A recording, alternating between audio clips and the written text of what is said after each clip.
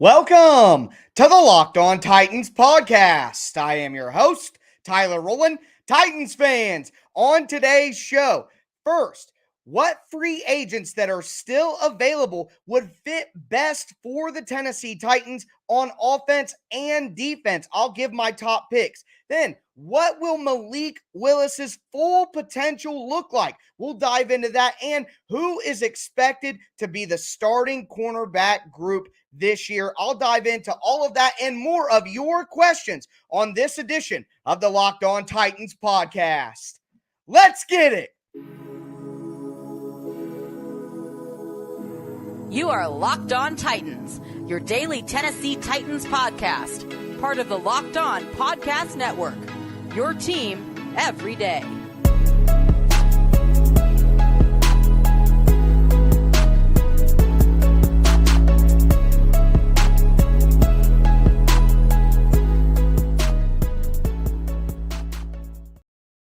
Titans fans, I am ready to dive into all of your questions on today's show. It feels good to be back, freshly returned from vacation and ready to dive into this week of the Locked On Titans podcast. Thank you guys for making the Locked On Titans podcast your first listen every day. If this is your first ever listen to the Locked On Titans podcast, make sure you subscribe on whatever platform you do stream. I am going to be putting out daily, Monday through Friday, Tennessee Titans content all year long.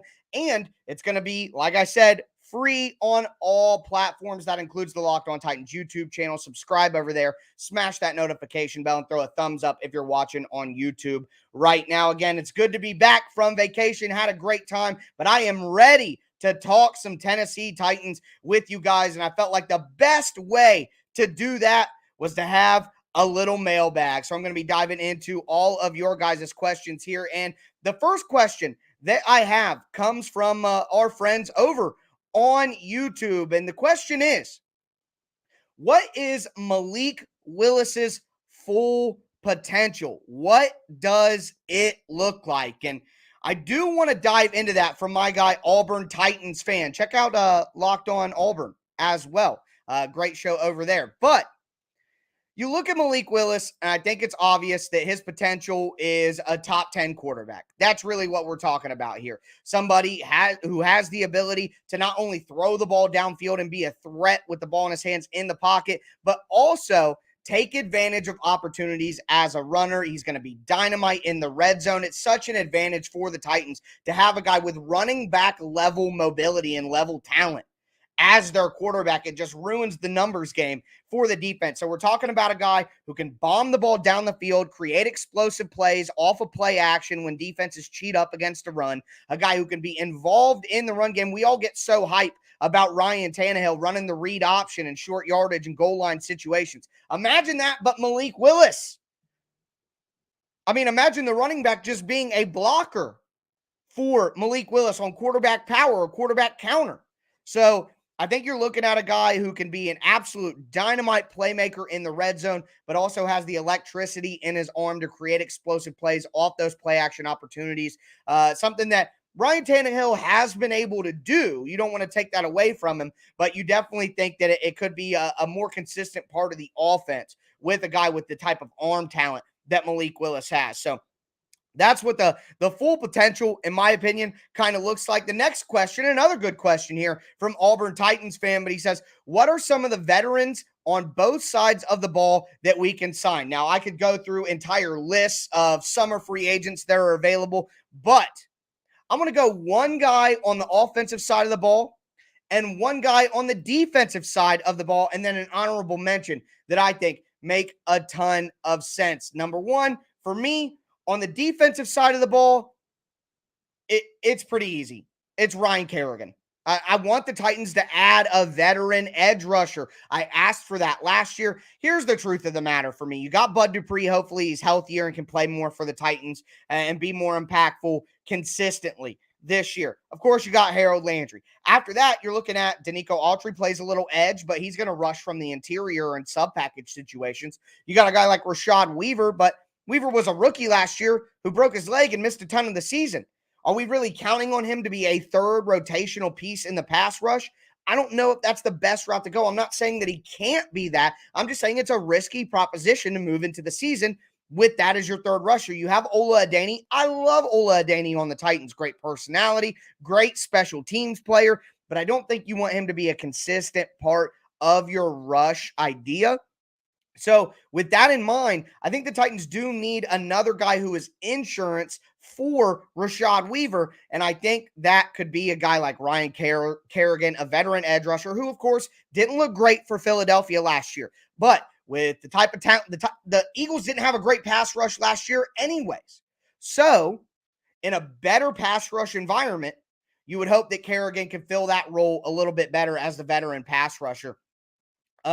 On offense, this is where the Titans, I think, really need help. I would be okay without any veteran additions in free agency on defense. I would be perfectly fine with that. But on offense, I want to see somebody on the offensive line or somebody at wide receiver. You guys know who I want at wide receiver, Will Fuller. I want that speed threat. I want that deep option. I want that guy who can give the Titans something that they don't have on the roster right now. And you can talk about Reggie Roberson if you want out of Baylor, but you're counting on an undrafted free agent rookie to fill that role. And I just don't think that's where the Titans want to be this year. So I would go out and get Will Fuller, used to Tim Kelly's offense. So there's comfortability there and there's an understanding of what the player does well. Yes, he'll probably only be able to play for 8 games. I recognize that, but I would rather have 8 games of a playmaker like Will Fuller than a full season of a guy like Reggie Roberson or Des Fitzpatrick or Racey McMath or Cody Hollister or Mason Kinsey. Give me 8 games of dynamic play from Will Fuller over 16 games from a practice squad level player. It's that simple to me. That's what it comes down to. So if it's not Will Fuller at wide receiver, then I want to see it be Eric Flowers on the offensive line. Based on my intrepid reporting from that video that came out from the Titans last Thursday with Treylon Burks catching the touchdown from Ryan Tannehill, you had Taylor Lewan at left tackle, Aaron Brewer at left guard, Ben Jones at center. I'm hoping that means Nate Davis is at right guard and Dylan Radins is at right tackle. Although Dylan Radins was not playing during that video. He was in the background on the sideline. So maybe it's Nicholas Petit-Ferrer, maybe it's Jamarco Jones. Either way, my idea is Eric Flowers at left guard, Dylan Radins at right tackle to go along with Nate Davis, Taylor Lewan, and Ben Jones. I think that would be the best possible 5-man group that the Titans could put together for the 2022 season. So hopefully that happens. Now, how would the Titans be able to do that? I got a question from one of you guys about the salary cap and June 1st, which is today, or if you're watching on YouTube, it's tomorrow. Either way, the Titans are going to get a little bit of money here, so we'll talk about how they're able to accomplish that. Before we get into that, though, I do want to tell you guys about RockAuto.com. RockAuto.com is a family business that's been serving auto parts customers for over 20 years. They have everything you would ever need for your car on their easy-to-navigate online catalog. It's summertime, guys. Cars overheat. A lot of things pop up with your car during the summer. Fix all your issues for the best price possible with rockauto.com. You're going to go to an auto parts store if not. You're going to have to put on pants. You're going to have to go uptown. You're going to have to wait in line. They might not even have the part that you need in stock. Not only that, but there's a professional mechanic buying the same part as you at the next cash register, and he's paying 50, 30, 100% less than what you have to pay because these stores have different price tiers for professional mechanics. That's something I didn't know until I got involved with Rock Auto. So for anything you need this summer for your car or truck, go to rockauto.com right now and put Locked On in the How Did You Hear About Us box so they know that we sent you. Amazing selection, reliably low prices, all the parts your car will ever need. rockauto.com.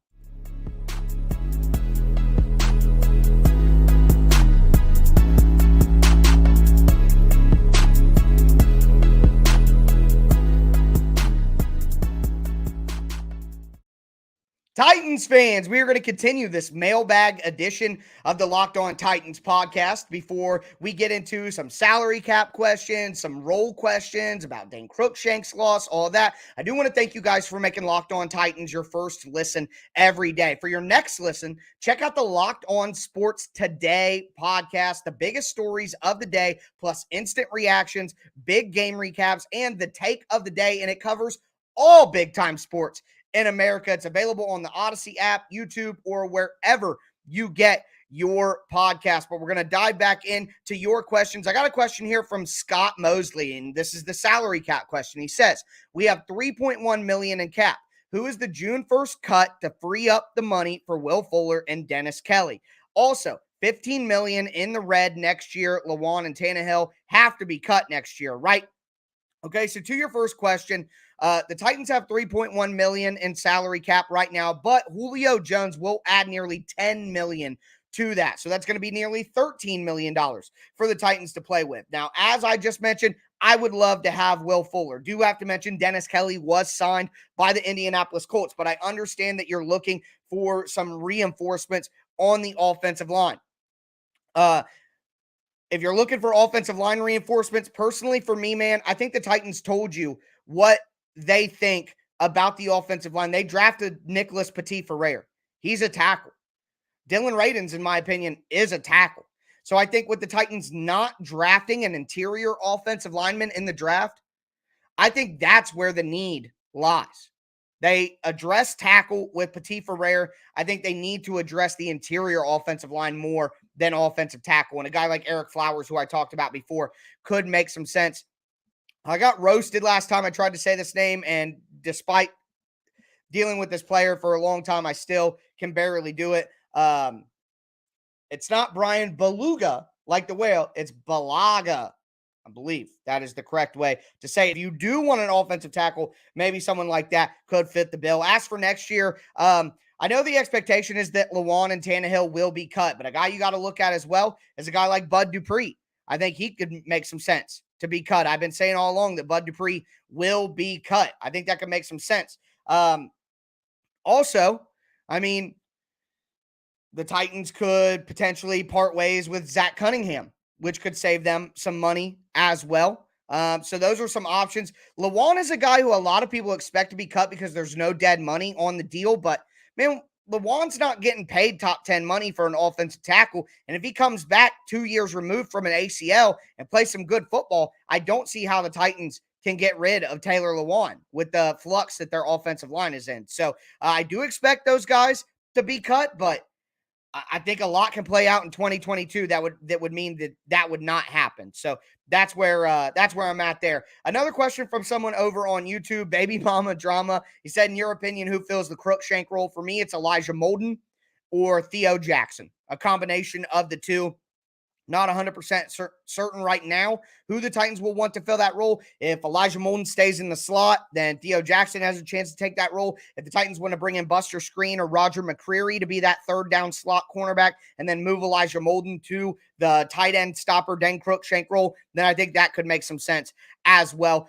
Megan Parks from YouTube says, is Michael Pruitt no longer a Titan? No, he is not a Tennessee Titan at this time. I thought he would be back once his ankle recovered, but saw an article recently that had a small mention about him being a free agent. I thought Pruitt was having a pretty good 2021 season up to the injury, was hoping the image of him being carted off wouldn't be the last we would see in two-tone blue. Thanks, Megan, for the question. I agree. I hope that's not the lasting image. But the reality here is the Titans are moving on at tight end from the group that they had last year. They add Chigakonkwo in the draft. They bring in Austin Hooper. They got guys like Tommy Hudson and Briley Moore and some undrafted free agents fighting for it. You bring back Jeff Swaim as that veteran tight end 2, tight end 3. I just don't see a need at tight end. I think Michael Pruitt did have a pretty good 2021 as that third tight end, 2 tight end for the Titans. But I think Jeff Swaim in that role makes some more sense because Chigakonkwo can give you some of the stuff that Michael Pruitt had. And I think he could make a ton of sense for the Titans if there's an injury and they need to bring him back late after he's proven that he's back to health. That I am truly concerned about the health here. Another question from Auburn Titans fan. He says, who is higher on the depth chart? Nick Westbrook-Akina or Kyle Phillips? Well, obviously I can't know that for certain right now because I'm not the coaching staff. But to me, it's pretty obvious that the answer is Nick Westbrook-Akina. I mean, he was the number 2 leading receiver on the Titans last year. They trust him. He knows all spots. He's going into his 3rd season. I mean, Nick Westbrook-Akina, in my opinion, clearly far above Kyle Phillips on the depth chart. I think right now it's not insane to say Nick Westbrook-Akina is wide receiver 2 outside of Robert Woods with the Treylon Burks struggles and him being a rookie and the Titans just, bringing rookies along slowly. Speaking of Treylon Burks and Robert Woods, BK Smith says, Ohio Titan, shout out Ohio. What is your prediction? Who will finish with more yards this season, Robert Woods or Treylon Burks? For me, this is an easy one. It's Robert Woods. Just a veteran wide receiver you can count on game in and game out. Burks is going to go through his struggles as a rookie with his route running, getting off press coverage, learning how to play all over the field. So I think that's Robert Woods. I think when the Titans are in two wide receiver sets, you're going to see Nick Westbrook-Akina and Robert Woods out there. So just more snaps, more opportunities. Another money question here. Connor Meyerhofer says, with money becoming available tomorrow with the Julio cut, who do you think the Titans sign? Who do you think the Titans sign another free agent? Who do you believe they will sign? Who do you want them to sign? As I said earlier, I want to sign Will Fuller, Eric Flowers, Ryan Kerrigan. Who do I believe they will sign? No one of note, quite frankly. I just don't think they'll make any splashy signing that gets any of us going. Jose Maria says, hey, Ty, huge Mexican fan. Hey, shout out to you, Jose. Thanks for listening in Mexico. Something I don't think was spoken a lot in AJ's trade is the fact that AJ had one more year to play under his contract. Lots of hate for the front office, but in my opinion, Brown could have shown solidarity and a team-first approach and stayed. Agree. No, Jose, I don't agree. Quite frankly, I get as Tennessee Titans fans, we want these guys to show super loyalty to the team and to care about the team as much as we do. I get that. But they are in a business. That's like asking your neighbor to turn down a better job offer and stay at the job they have. Stay at McDonald's and don't go work at Sizzler because you want to show appreciation and solidarity with your employees at McDonald's. You know, no, these guys we get to work for 50 years doing whatever jobs we have. These guys have about 10 years if they're good, 3 years if they're average, to make as much money as they possibly can. If the Titans were only going to pay AJ 20, 22, and he wanted 25, and they found a team that would pay him 25, then he has the right to go. And here's the thing, AJ had one more year under his contract, but what if he gets hurt? What if he has a serious injury? And then because he showed solidarity and a team-first approach, now he just missed out on literally life-changing money for his grandchildren. $50, $60 million he'll miss out on because of that. Jose followed up. He said, I get that he's a top receiver and he deserves more money, but why demand it before you hold up your end of the agreement with the team that chose you, develop, and support? Well, one, these guys don't get to pick their employer like we do. So I'm not going to tell AJ to be any more loyal to the Titans because the Titans picked him. He didn't get to pick where he went. Maybe he wanted to be somewhere else. Yeah, they developed him. They supported him. That's all true. But that's like telling these college guys to stay in college for an extra year because the college developed them. No, they got to go out and do what's best for their family. I don't blame AJ for trying to get as much money. The trade request and putting the Titans on their heels and the way that went down, you could blame him for that. But wanting his money, I can't blame him for that. And also worth note that, yeah, he had one more year on his contract. It would have been around $4 million that he would have got. But he wouldn't have hurt the Titans this year by getting that deal other than the signing bonus money, which would have been spread out. Like his cap hit for the Eagles this year is $5 million. It doesn't become big until next year, 2023. So I don't blame AJ. And we'll talk more in just a second about how I feel about how the AJ thing went down. We got a question here about top 3 biggest mistakes that the Titans have made in recent years, and we'll dive into that a little bit more. Before we do, though, do want to thank you guys again for making the Locked On Titans podcast your first listen every day. Make the Locked On NFL podcast your second listen. You get all your Titans news here with me in under 30 minutes every day. Now get all your NFL news in under 30 minutes every day with the Locked On NFL podcast. I host the Thursday show of the Locked On NFL podcast. So any support that you guys give, subscribe over there to the free YouTube channel. I would appreciate it very, very much. But more of your questions here in just a second.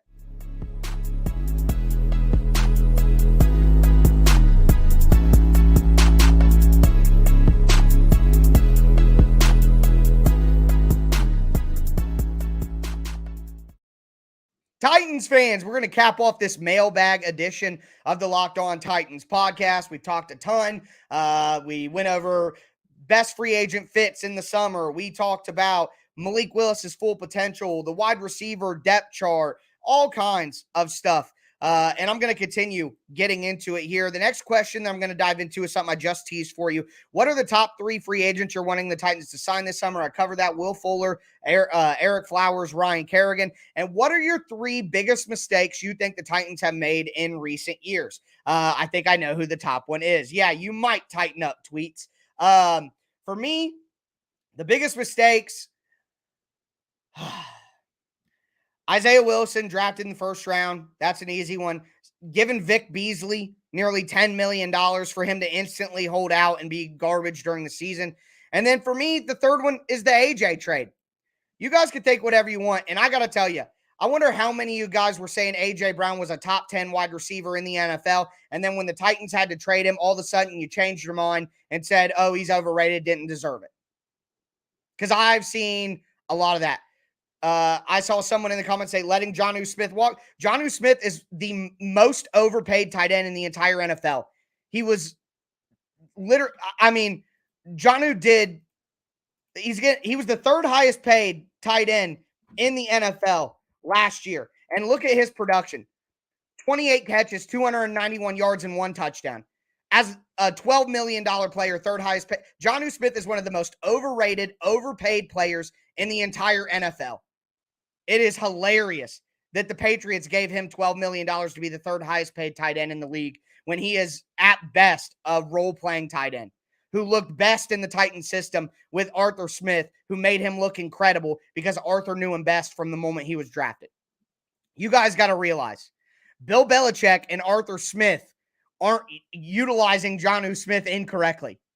They're using him correctly, and he's just not as good as you guys thought he was. And I said this last year, too, when I said the Titans should let Jonnu Smith walk, let Corey Davis walk, and it was the right decision. You don't pay $12 million for a guy of Jonnu Smith's caliber. You just simply don't. But continuing to move forward here, that's my 3 biggest mistakes: Wilson, Beasley, and the AJ trade. It was actually pretty easy for me to come up with that. But continuing going forward here, Cadam, my guy Pablo, said, how probable do you see the following scenario? The Titans' new stadium opens in 2026, Super Bowl in Nashville in 2027. I think that's 100% accurate. I think that's absolutely going to happen. The NFL has been rewarding teams when they create new stadiums and they give them a Super Bowl. So I absolutely think that would happen. A question from Franco here, who always has the funniest things to say. Did Dylan Radins, of course, sleep with Vrabel's daughter or something? I don't think Vrabel has a daughter, to be honest, to still be in the doghouse. Or was last year the same rookie crap he pulls? Are we not getting the full story? I think we got to see until training camp. Radin seems like a guy who's doing the right things, who has his head on his shoulders. So I don't think it's a situation where he's just not working hard enough, but maybe he's just not very good. If he can't get on the field this year and he's not a starter this year, then we could just say maybe he's not very good. I don't think I'm going to blame Vrabel for that. Young Sourdough said Colts over under 9 wins. I'm going to take the over on that. I am, unfortunately. Continuing, Zach Clark says, how are you treated in Indy as a visiting Titans fan? I'm an Indy native, but grew up a Titans fan, and Colts fans aren't always the kindest to opposing fans in my experience. Zach, you've probably been to many more games than I have. I've been to Indy about 4 or 5 times, and I got to tell you, Indy fans really aren't that rude to me. I haven't had a bad experience in Indy. There were a couple of guys the last game that I went to where the Titans won 34-31 in overtime. Wentz throws that pick in the end zone. I was at that game in Indy, and there were some Indy fans chirping at me after I was celebrating and things like that. So, but I just saw it as good, healthy back and forth, and we were all cool by the time we left. So usually Indy fans are pretty cool, but you probably experienced Indy fans way more than I have, so you would know them better than I. Eddie Wondernama says, there's been some discussion about how many QBs the Titans will carry on the 53-man roster. You see Malik getting backup spot, or are we carrying 3 into the season? I think they're going to carry 3. I don't think the Titans are going to give Malik the backup spot. They're going to keep it as Logan Woodside. That's what I think is going to happen. Francois Rogu, the Bayou Bandit. God, I probably Rugo, Francois Rugo. I hope I got that right, man. I hope so. I'm too competitive to not.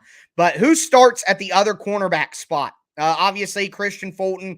Elijah Molden will probably start in the slot. It's going to be Caleb Farley on the outside. But I think what's more interesting, like we talked about earlier, if Elijah Molden is able to be the slot cornerback all 3 downs, or if they decide to use him as the dime linebacker in the Dane Crookshank role, and then who plays the 4th cornerback slot, who is the slot cornerback on passing downs if Molden is that tight end matchup.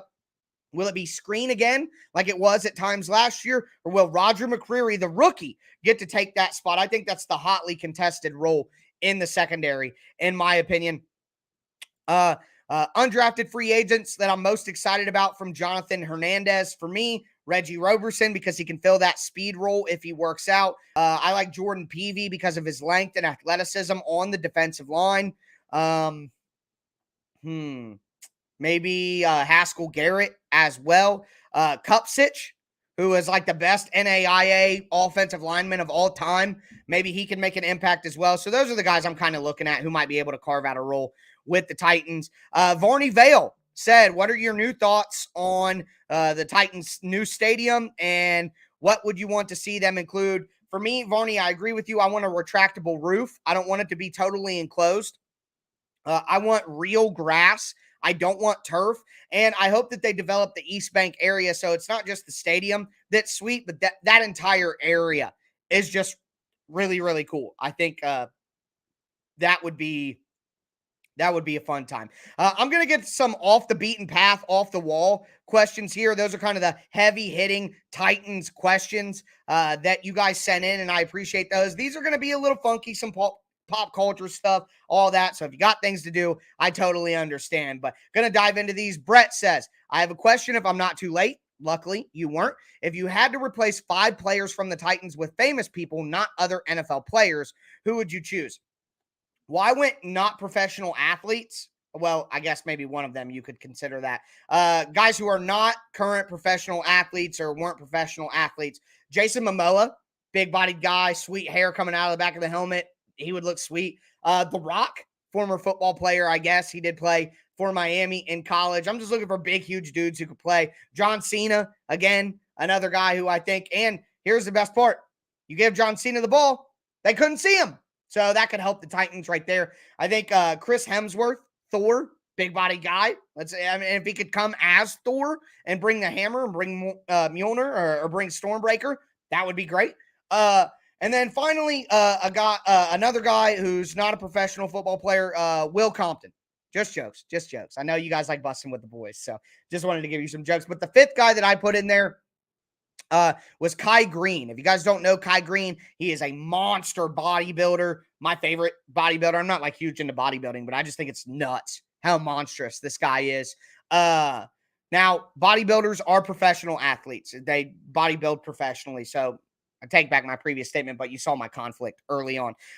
Moving forward here, Tua Marino said you could interview one journalist, past or present, sports or other media personality. Who would it be? I couldn't narrow that down. Jeremy Schaap, I think, worked for ESPN for a long time. Dick Schaap's son did great expositions and in-depth features and essays. I think it would be great to pick his brain. Zach Lowe on the NBA side, my favorite NBA writer. Bill Simmons, I don't know if you call him a journalist anymore. He's a blowhard hot take guy, but I have no problem with that. That's an industry. But he used to write all the time, and Bill Simmons was a big inspiration for me, along with a guy like Colin Cowherd and Michael Wilbon.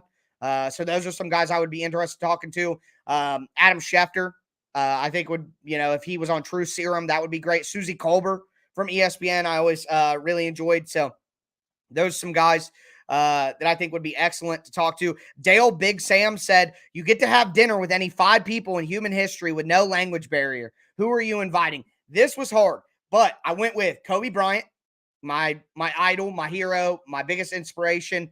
I would love to have him back to be able to talk to him. And here I tried to split things out time-wise. Julius Caesar lived from 1000 BC to 44 BC, so we're before Christ on the timeline there. I think just asking him what the world was like about his takeover of Rome, I think that would be nuts.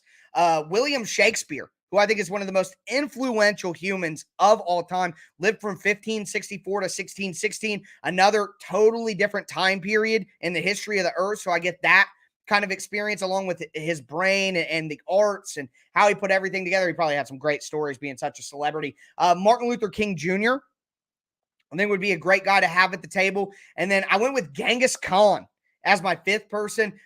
Lived from 1162 AD to 1227 AD. Again, another completely different period of history. And the guy had the largest land empire in the history of the world. I want to know how he did it. I want to know how. Okay. Probably not a great guy, but I do want to know how. And honestly, I got to tell you, if you did a question like this and you wanted to pick some not so great individuals just to get the history and ask them questions, when people do that and people get mad, I don't get it, man. I want to pick the brain of some of these people. It's a fake fictional dinner.